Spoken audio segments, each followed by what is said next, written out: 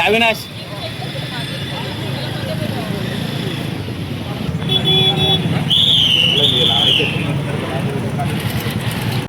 नीटच्या paper लीकच्या विरोधात जे या विद्यार्थ्यांचं गेली अनेक दिवसापासून आंदोलन चालू आहे, त्या आंदोलनाला पाठिंबा देण्यासाठी, ते आंदोलन चालू ठेवण्यासाठी त्या ठिकाणी अनेक दिवसांपासून जंतर मंतर या ठिकाणी जमलेले आहेत.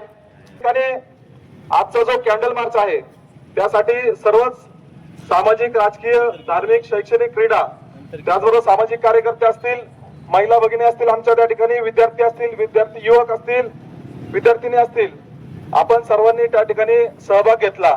चुकीच्या मार्गाला चाललेत म्हणजे ही झुरळ या देशातील झुरळ आहेत. मग या झुरळांनी त्या ठिकाणी जंतर मंतरवर दाखवून दिलंय की भारताला एकजुटीने ज्यांनी आणलं ती मुवमेंट जंतर मंतरवर पार पडली आणि ज्यांनी सुरुवात केली, ज्यांनी अंत देखील केला ते सोनम वांगचुक साहेब, तसेच टिपके साहेब आणि सर्वच त्यांचे कार्यकर्ते आणि प्रत्येक तरुण जो या मुवमेंट मध्ये, या आंदोलनात सहभाग झाला त्याला मनापासून सर्वप्रथम सॅल्यूट. जे काही चाललं होतं ते बघत होतो, पण काहीच आपण करू शकत नाही ही खंत कुठेतरी मनात होती. त्याच्यामुळे आज पण जो काही रिस्पॉन्स मिळतोय, मला असं वाटतं की हे कुठल्या पक्षाचं काम नव्हतं. आज खूप लोकांनी ह्याला रिस्पॉन्स द्यायला पाहिजे होता. नमस्कार. सर्वात प्रथम मी ज्यांचं बलिदान याच्यामध्ये गेलेलं आहे त्या विद्यार्थ्यांना मनापासून श्रद्धांजली वाहते. परंतु मला इथं अजून एक सांगावंसं वाटेल, एक डॉक्टर म्हणून. काल परवाच माझ्या ओपीडी मध्ये मुलगी आली होती, तरुण मुलगी होती. तिचे वडील, म्हातारे वडील तिला घेऊन आले होते. हार्मोनल इम्बॅलन्स बसला म्हणून मी तिला प्रिस्क्रिप्शन जेव्हा लिहायला गेले तेव्हा त्यांनी सांगितलं की तिला ऑलरेडी 8 ते 10 प्रकारच्या गोळ्या चालू आहेत. मी सहज विचारलं की ह्या कसल्या गोळ्या चालू आहेत तिला. मी ते प्रिस्क्रिप्शन पाहिलं तेव्हा माझ्या लक्षात आलं की तिला अँटीसायकॅट्रिक ट्रीटमेंट चालू होती. मग मी विचारलं एवढ्या कमी वयामध्ये हिला एवढ्या गोळ्या का बरं चालू झाल्या. त्यांनी मला एकच शब्दामध्ये उत्तर दिलं, नीटची परीक्षा देत होती.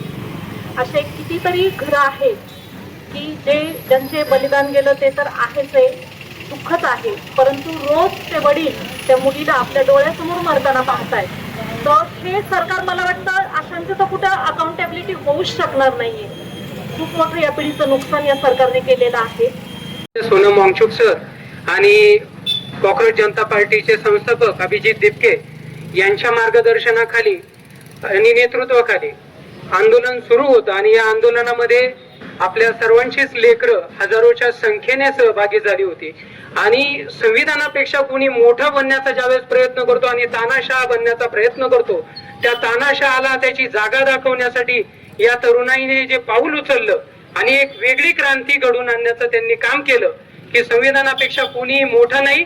आणि या तरुणांना ज्यांनी झुरळ म्हणून संबोधलं त्या सर्वोच्च न्यायालयाच्या न्यायाधीशाच्या सुद्धा तोंडात चपराक मारण्याचं काम ज्या तरुणाईने केलं. आणि या सर्व आंदोलनामध्ये जे आपले सहकारी आणि आपली जी लेकरं असतील जी याच्यामध्ये त्यांचं बलिदान झालेलं आहे, त्या सर्वांना मी सर्वप्रथम भावपूर्ण श्रद्धांजली अर्पण करतो. तिचे सर्व सभासद माझे उपस्थित आहेत आणि माझे सर्व बंधू भगिनी उपस्थित आहे. या सर्वांचे मी खूप मनापासून आभार मानते.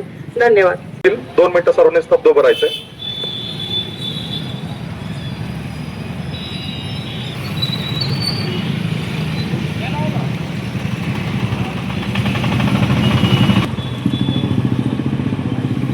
त्यानंतर राष्ट्रगीत होईल.